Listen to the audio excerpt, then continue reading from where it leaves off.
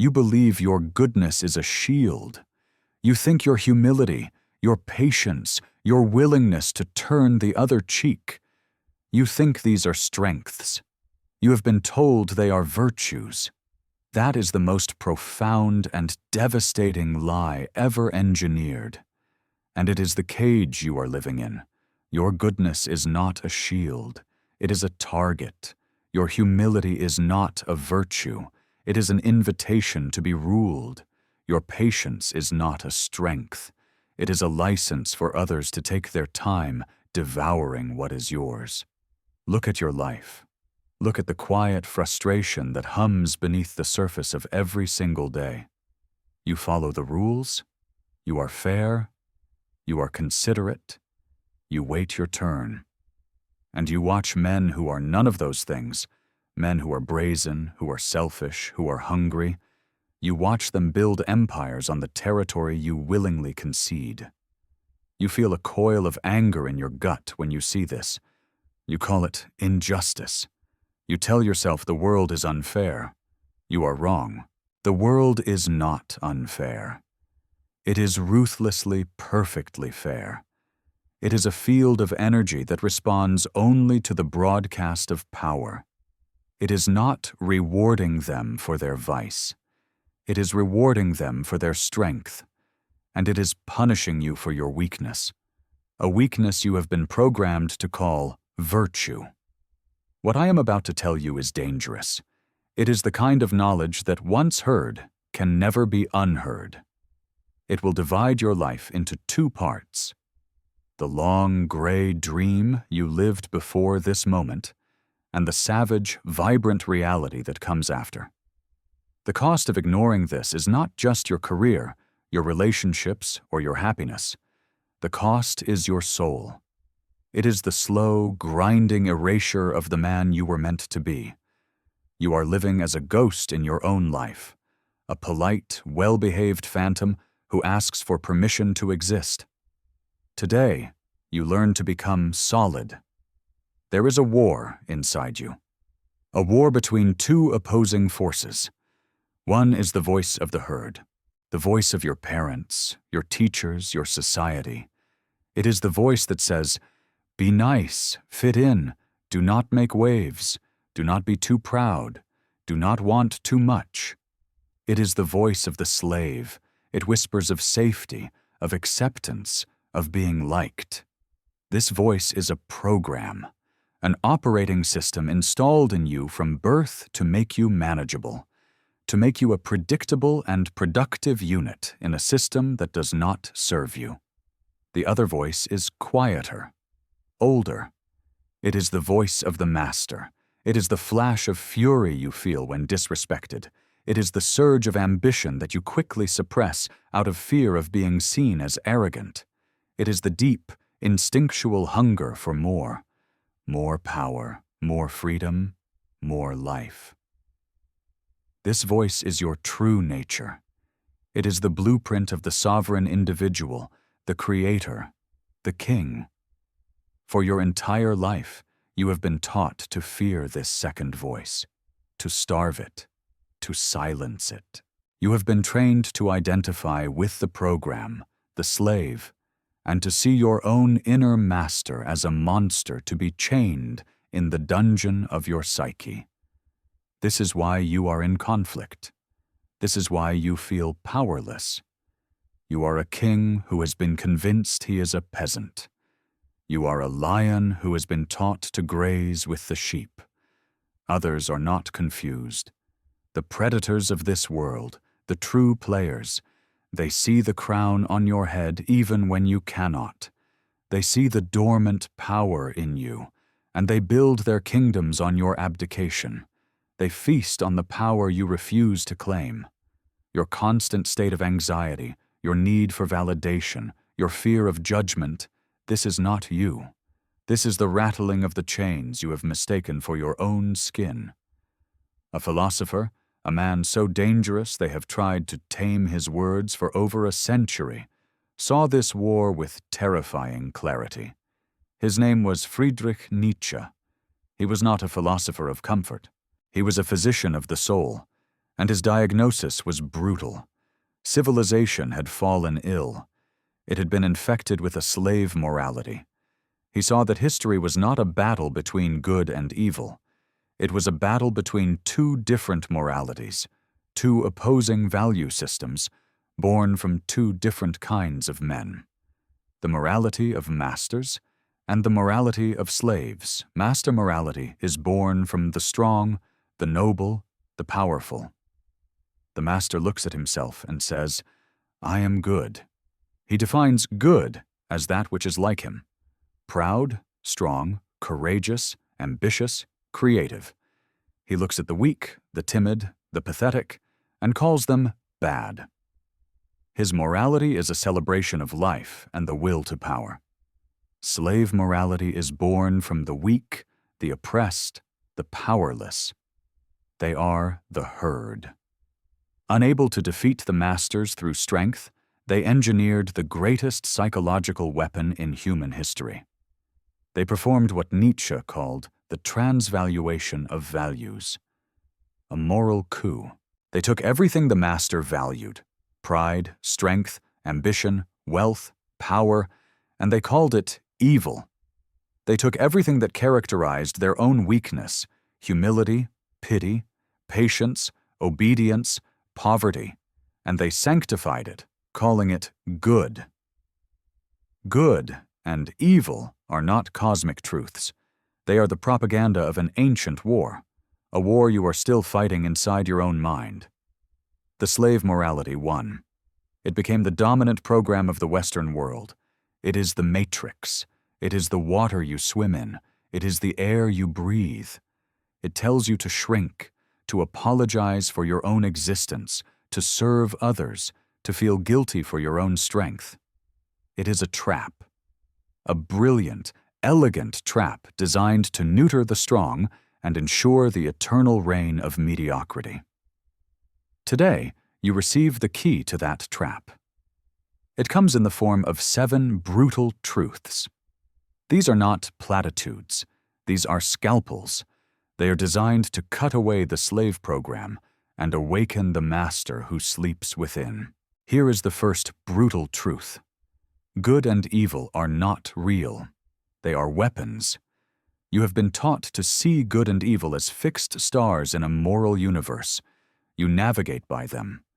You judge yourself and others by them. The slave lives in this binary.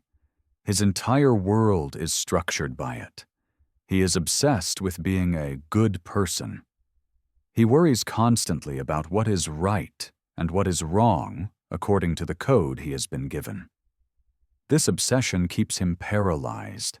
He cannot act decisively because he is always second-guessing his own motives, terrified of being judged as evil by the herd. The master understands the truth.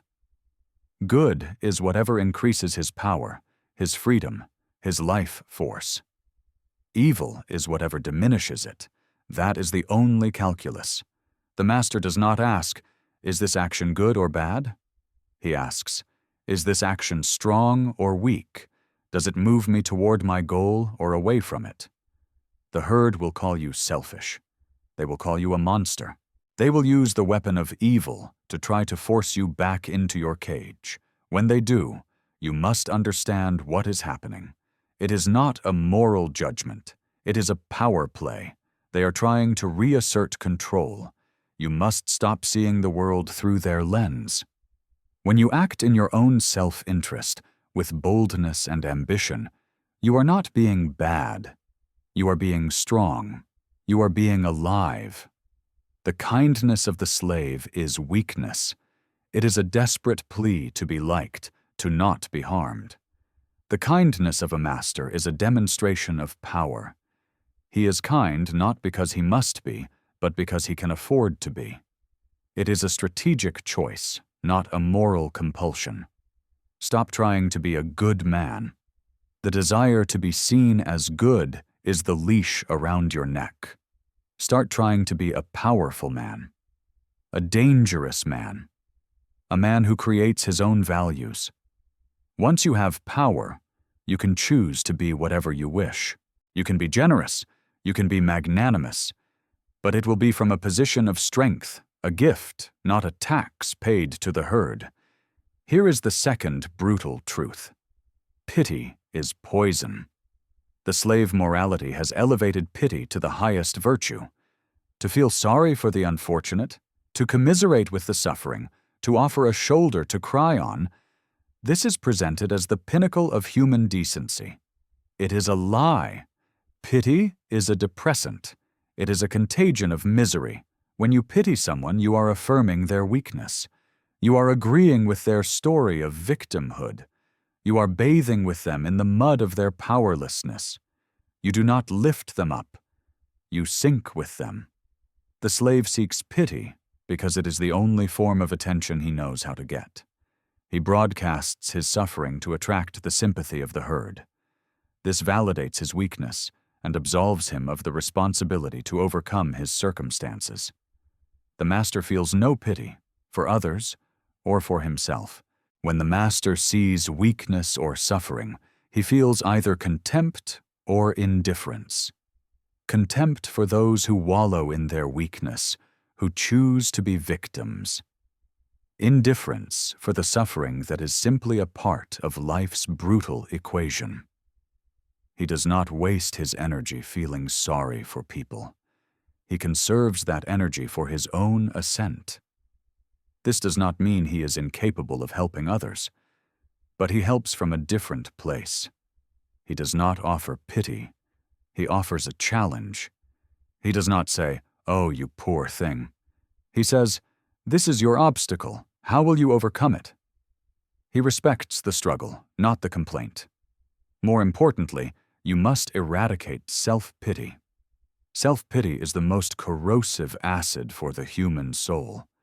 The moment you start feeling sorry for yourself, you have lost.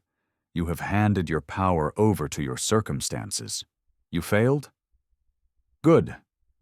The weak man pities himself. The strong man analyzes the failure, extracts the lesson, and becomes stronger. You were betrayed? Good. The weak man wallows in victimhood. The strong man learns the nature of the betrayer and hardens his defenses. Suffering is not a reason for pity. It is a whetstone. It is the fire that forges the blade.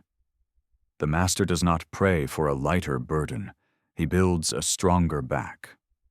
Stop feeling sorry for people. And for God's sake, stop feeling sorry for yourself. Pity is the currency of slaves.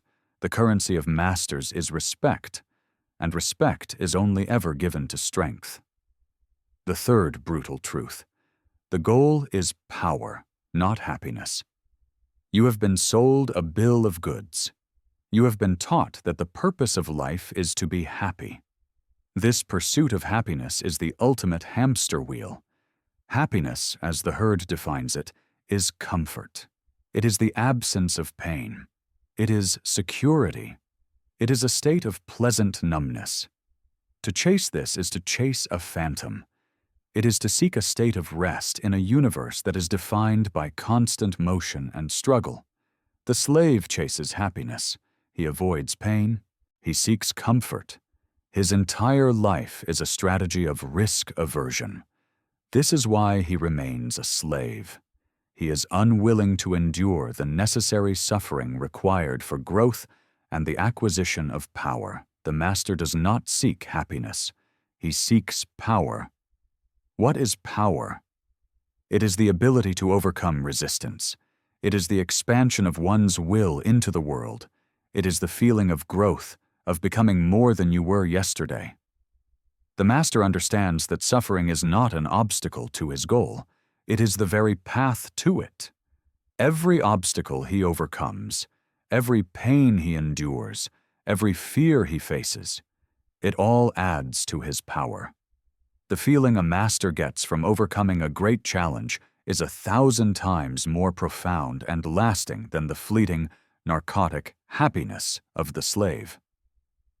Nietzsche called this the will to power. It is the fundamental drive of all life, not to survive, but to expand, to dominate, to express its strength. You feel this in yourself. That deep dissatisfaction with a life of mere comfort. That is the master in you starving. You are trying to feed a lion a diet of grass. You must reorient your entire being. Stop asking, "What will make me happy?" Start asking, "What will make me stronger?" This means you must learn to love the struggle. You must run toward the things you fear. You must embrace difficulty. The gym is a perfect metaphor. You do not go there to feel comfortable. You go there to subject your muscles to resistance and pain. Why? Because you know that the suffering is the signal of growth. The pain is the price of power. Apply this to every area of your life. The difficult conversation you are avoiding? That is your gym. The ambitious project that terrifies you? That is your gym. The risk you are afraid to take? That is your gym. The happiness of the herd is a warm bath. The joy of the master is a blizzard on a mountaintop that he has just conquered. One is an escape from life. The other is life itself, at its most potent. Here is the fourth brutal truth. Explanation is submission. Observe yourself. How often do you feel the compulsion to explain yourself, to justify your decisions, to defend your actions? This compulsion is a hallmark of the slave mentality. It is born from the fear of judgment. The slave lives in a state of perpetual trial. The herd is his judge and jury. He believes he must present his case, prove his innocence, and win their approval. The very act of explaining is a confession of lower status.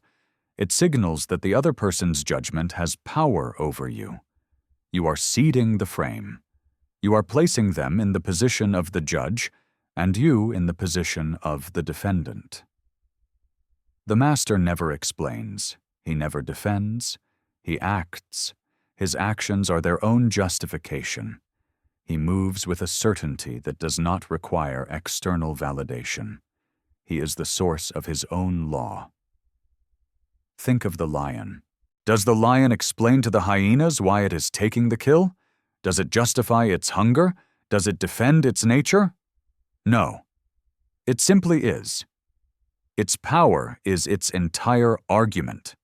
When you are challenged, when you are criticized, when you are accused, your instinct, your slave programming will scream at you to defend yourself. No, you don't understand. What I meant was, let me explain why I did that. That's not fair because you must kill this instinct. When someone demands an explanation, you have several powerful options, none of which involve submission. You can meet their challenge with silence, a calm, unwavering stare that communicates that their opinion is irrelevant to you. This is immensely powerful. It short-circuits their reality. They expect you to play the defendant, and you refuse the role. You can respond with a question that turns the frame back on them. Why is that important to you? What are you trying to accomplish by asking that? You put them on the defensive. You can use amused mastery. You can agree with their accusation in an exaggerated way. Attacker. You are so arrogant. Defensive. You. No, I am not. I am actually very humble. Machiavellian. You. You are only just now noticing? I need to try harder. You rob their attack of its power by refusing to be wounded by it. You treat it as a trivial observation. The fundamental principle is this. Explanation is a negotiation of status. By refusing to explain, you are making a non-negotiable statement of your own high status. You are the king. You do not need the approval of the court jesters. This will feel unnatural. It will feel rude. It will feel wrong. That feeling is the slave program trying to pull you back in line. Defy it. The freedom on the other side is intoxicating. The fifth brutal truth. Your virtues are your greatest vulnerabilities. The slave morality is genius because it weaponizes your own best qualities against you. It takes noble impulses and turns them into chains. Let us examine your virtues. Honesty. You believe in being honest? The slave is honest because he is afraid of the consequences of being caught in a lie. His honesty is born of fear. The master understands that honesty is a tool, not a commandment. He is honest when it serves his purpose. He is deceptive when it serves his purpose. He is not bound by a childish rule. He wields truth and falsehood with strategic precision. To be compulsively honest in a world of deception is not virtuous. It is suicidal. Loyalty. You believe in being loyal. The slave is loyal to his masters, to the group, to the ideology, even when it is to his own detriment. His loyalty is blind obedience. The master's loyalty is conditional and strategic. He is loyal to those who increase his power and who have proven their strength. His loyalty is an alliance, not a submission. He will break any alliance the moment it becomes a liability. Fairness. You believe in being fair. The slave demands fairness because he is on the losing end of an unfair world. His cry for fairness is a plea for the strong to handicap themselves. The master knows the world is not fair. It is a contest of strength. He does not ask for fairness. He creates his own advantages. He imposes his will on reality. To play fair while your opponent is using every dirty trick is not nobility. It is stupidity. Your programming tells you these qualities are your strength. They are not. They are the holes in your armor. They are the vulnerabilities that cleverer, more ruthless men exploit every single day. The master does not discard these concepts. He redefines them from a position of power. His honesty is the brutal truth he speaks because he fears no one. His loyalty is the unbreakable bond he forges with another powerful individual. His fairness is the order he imposes on his own domain. You must conduct an audit of your own virtues. For each one, ask yourself, does this serve me, or does it serve my master? Is this a tool I am using, or is it a rule that is using me? Burn away the virtues of the slave, and from the ashes, forge the virtues of a king. Here is the sixth brutal truth. Value is created, not discovered. The slave accepts the world as it is presented to him. He accepts its values, its hierarchies, its definitions of success and failure. He is a consumer of meaning. He looks to others to tell him what is valuable. His boss tells him what a good job is. Society tells him what a good life is. The market tells him what a good price is. He is externally referenced. His sense of self-worth is a reflection in the eyes of others. This is the deepest form of servitude. To let another define your reality. The master is a creator of value. He does not accept the world's judgment. He imposes his own. He looks upon a thing, and by his will alone, he confers value upon it. He is a source. He is internally referenced. This is the essence of what Nietzsche called the Übermensch, the overman. He is a man who is a bestower of values. Think about the artist. He takes a worthless canvas and some paint, and through his will and vision, he creates something that can be worth millions. He did not discover the value. He created it. You must become this artist in every domain of your life. Stop asking, "What am I worth?" and start declaring, "This is what I am worth." Stop asking for the promotion and the raise, and start demonstrating a value so undeniable that they have no choice but to meet your price. Better yet, create your own enterprise where you set the prices. Stop looking for a partner who will complete you or make you happy.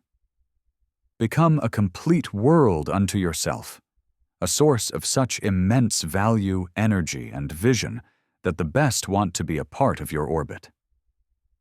The slave seeks meaning. The master creates meaning. The world will tell you that you are arrogant for this. It will call you delusional. This is the immune system of the herd. trying to attack the foreign body of a sovereign will. Let them. Your results will be your only answer.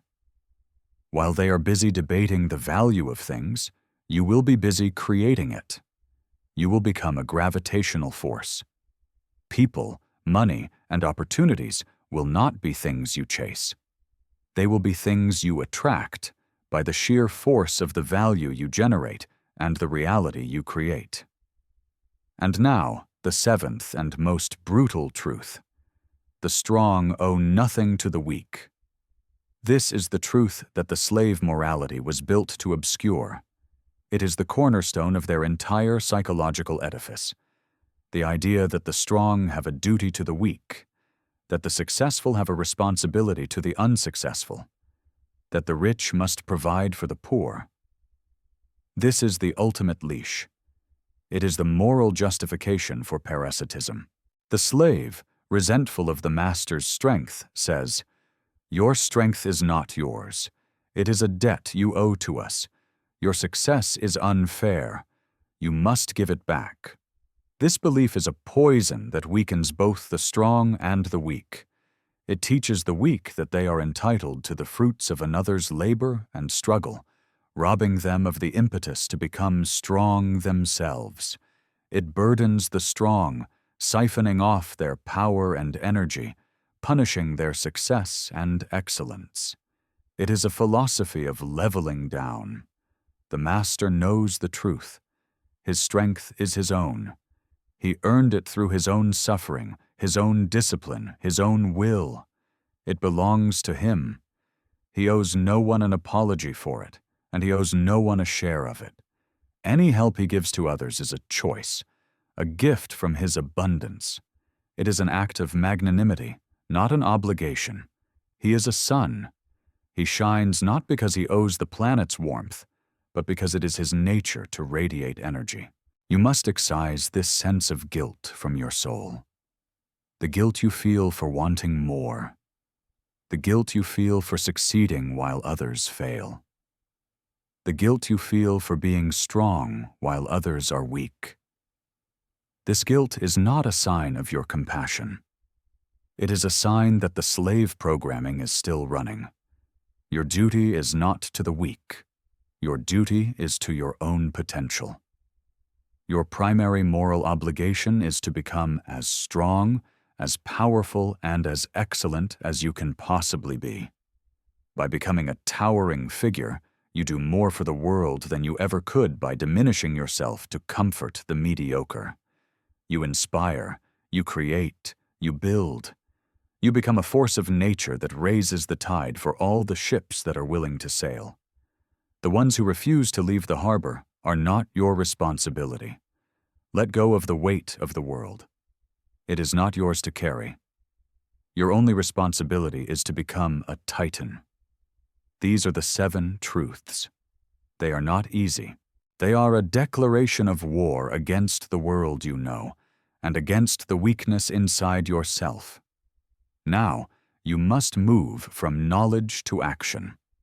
An idea that is not embodied is a ghost. I challenge you. For the next 7 days, you will undertake a single, simple practice. You will practice the 4th truth. Explanation is submission. For the next 7 days, you will not defend yourself. You will not justify your actions. You will not explain your reasoning unless it is to a subordinate as a direct instruction. When a colleague questions your decision, look at them and say, "That is the decision," and then move on. When a family member criticizes your ambition, simply nod and say, "I understand that is how you see it." When someone accuses you of being selfish or arrogant or different, you will not argue. You will meet their gaze, hold it for a second too long, and say nothing. You will feel a screaming urge to break this rule. The slave inside you will panic. It will tell you that you are being disliked, that you are creating conflict, that you are damaging your relationships. That voice is the sound of your prison bars rattling. You must hold the line. Watch what happens. Watch how people's behavior changes. Watch how the challengers, so used to you engaging in their frame, become confused and powerless. They are expecting a fight on their terms, and you are refusing to show up to their battlefield. Feel the space that opens up inside you, the immense reservoir of energy you save by not participating in these pointless status games. Feel the foundation of a new power being laid. A power based not on the approval of others, but on your own unshakable center. Observe who objects the most fiercely. These are the people who have the most to gain from your weakness. Their panic is the greatest possible sign that you are on the right path. They are losing control over you. After 7 days, you will not want to go back. This is the first step, the first act of rebellion against your own servitude. Let us be clear about what is happening here. You are killing a part of yourself. You are assassinating the inner servant, the polite little man who is always asking for permission. It is a necessary death. From that death, something new is born. You are no longer the man who reacts. You are the man who acts. You are no longer the man who seeks approval. You are the man who grants it. You are no longer the man who lives by the values of others. You are the creator of your own values, a law unto yourself. The world doesn't change. You do. And in your changing, the entire world reconfigures itself around you. You will become unreachable, not physically, but psychically. Their judgments, their opinions, their attempts to shame you, they will become like arrows bouncing off of diamond skin. You will hear the words, but you will feel no impact. They are speaking a language you no longer understand. The language of the herd. You will become unforgettable. People are not drawn to niceness. They are drawn to power. They are drawn to certainty.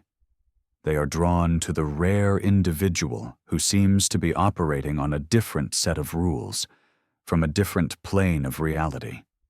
Your presence will have a weight, a gravity, that they cannot name but can never ignore.